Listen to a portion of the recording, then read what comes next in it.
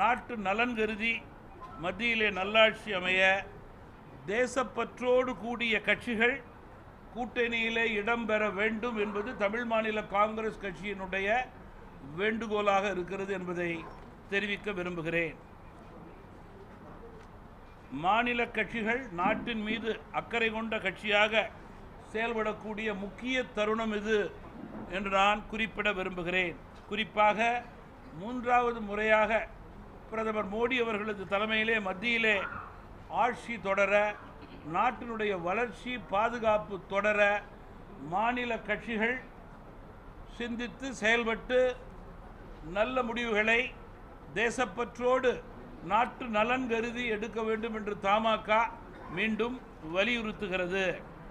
குறிப்பாக நேற்று இந்திய மக்களுக்கு ஒரு நல்ல செய்தியை பத்திரிகை தொலைக்காட்சி வெளியிட்டது. நாட்டினுடைய ஒட்டுமொத்த பொருளாதார வளர்ச்சி ஜிடிபி அறிகுறியானது பிரதமருடைய தலைமையிலே மத்திய நிதியமைச்சர் அவர்கள் மேற்கொள்ளும் ஆக்கப்பூர்வமான பணிகளுக்கு எடுத்துக்காட்டாக அமைகிறது. 8.4% இல்லையா ஜிடிபின்னு நேற்று வெளிவந்திருக்கு. இந்த செய்தி இந்தியாவில் உள்ள அனைத்து துறையினருக்கும் நம்பிக்கை கொடுத்திருக்கிறது.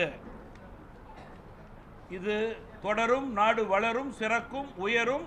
இதன் அடிப்படையிலேயே இந்த தேர்தலிலே இந்திய மக்கள் வாக்களிப்பார்கள் என்ற நம்பிக்கை எங்களுக்கு இருக்கிறது. அகில இந்திய அளவிலே இந்தி கூட்டணி என்பது முரண்பாட்டினுடைய மொத்த வடிவமாகவே இருக்கிறது. அந்த கட்சியினுடைய கூட்டணியினுடைய கருத்து வேறுபாடும் திறனற்ற செயல்பாடும் நாளுக்கு நாள் மக்கள் மத்தியிலே அவர்கள் மீதுள்ள நம்பிக்கை குறைந்து கொண்டே போகிறது.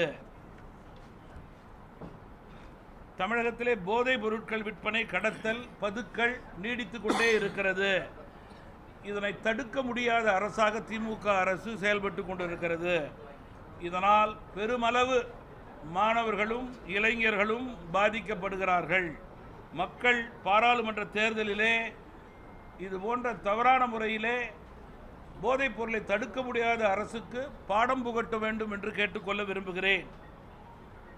நம் மாநிலத்திலே இன்றைக்கு சட்டம் ஒழுங்கு சீர்குலைந்து நிற்கின்றது என்றால் அதற்கு போதைப் பொருள் பெருகுவது மிகப்பெரிய காரணம் என்று நான் குற்றம் சாட்ட விரும்புகிறேன். இது தமிழக மக்களுக்கும் இளைஞர்களுக்கும் திமுக அரசு இழைக்கும் அநீதி என்று நான் குறிப்பிட விரும்புகிறேன். இன்று காலை கூட அனைத்து பத்திரிகைகளிலும் சென்னை மதுரை ரயிலிலே போதைப் பொருள் கடத்தல் ரூபாய் 180 கோடி என்பது இன்றைய பத்திரிகை செய்தி.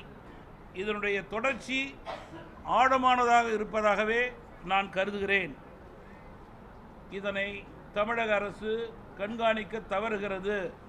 இரும்பு கரம் கொண்டு தவறு செய்பவர்களை தமிழக அரசு அடக்க வேண்டும் என்று நான் கேட்டுக்கொள்ள விரும்புகிறேன்.